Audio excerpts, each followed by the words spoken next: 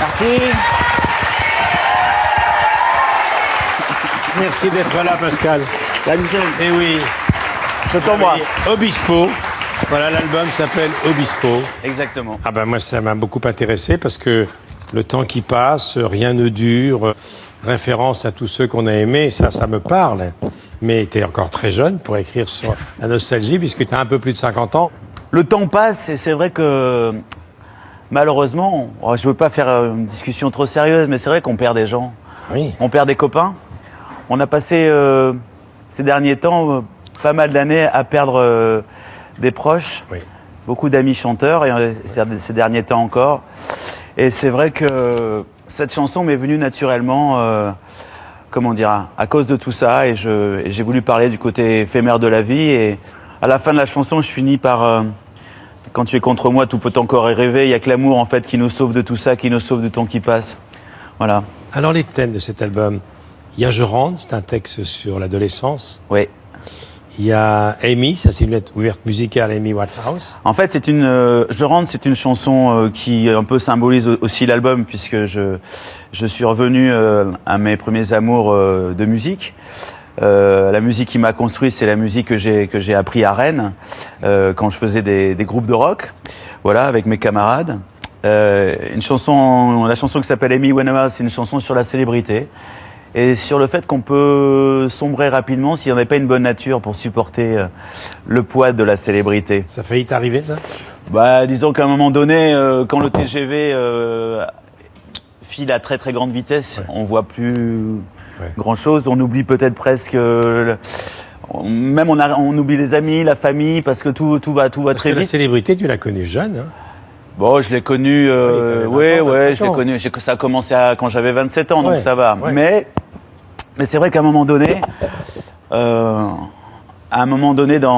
la carrière des artistes, il y a un énorme succès, il y a beaucoup de travail, beaucoup de gens qu'on croise sans s'arrêter. Et c'est vrai que si on a une bonne nature, on peut supporter ça. Et si on n'est pas, on peut prendre des produits, par exemple.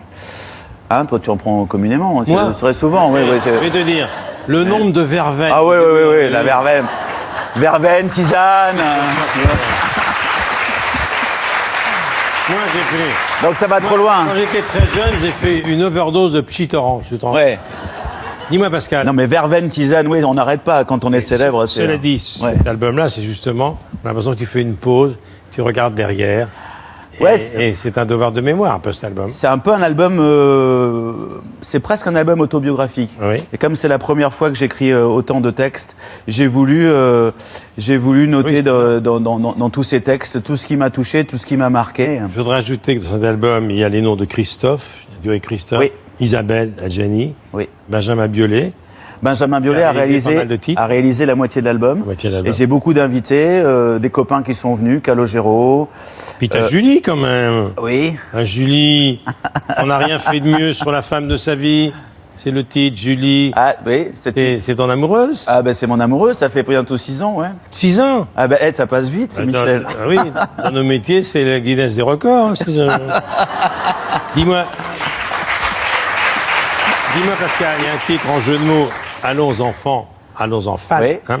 C'est un clin d'œil aux styles musicaux des années 70. Ouais, mais c'est un clin d'œil à tous les artistes que j'ai aimés. C'est un texte qu'a écrit Benjamin. Et puis, ça symbolise aussi tout cet album. Cet album est vraiment un retour à la musique qui m'a construit. Et je l'ai fait beaucoup aussi grâce à mon épouse, puisque tu en parlais tout à l'heure. D'ailleurs, c'est elle qui m'accompagne dans le premier titre de l'album qui s'appelle Et Bleu. Et je pensais pas qu'elle chantait aussi bien. C'est une ode aux femmes. Exactement. Oui. Et Bleu, c'est le premier titre qui ouvre. Et j'ai essayé de faire une ode aux femmes françaises qui nous ont construit, qui nous ont fait grandir. Et lorsque ma femme est arrivée dans le studio, je lui ai proposé de faire une petite voix en attendant. Et en fait, on a une énorme surprise et je me suis rendu compte qu'elle chantait vraiment bien. Donc voilà, ma femme participe aussi et c'est vraiment beaucoup. Tu vas peut-être lui faire un disque un jour? Oh, je sais pas. En tout cas, l'important, tu sais, c'est d'être en harmonie avec elle et je suis très heureux parce que c'est vraiment grâce à elle que j'ai pu faire cet album. Longue tournée qui va commencer le 15 janvier, qu'on se le dise. Exactement. En concert, salle Pleyel, 12 et 13 février.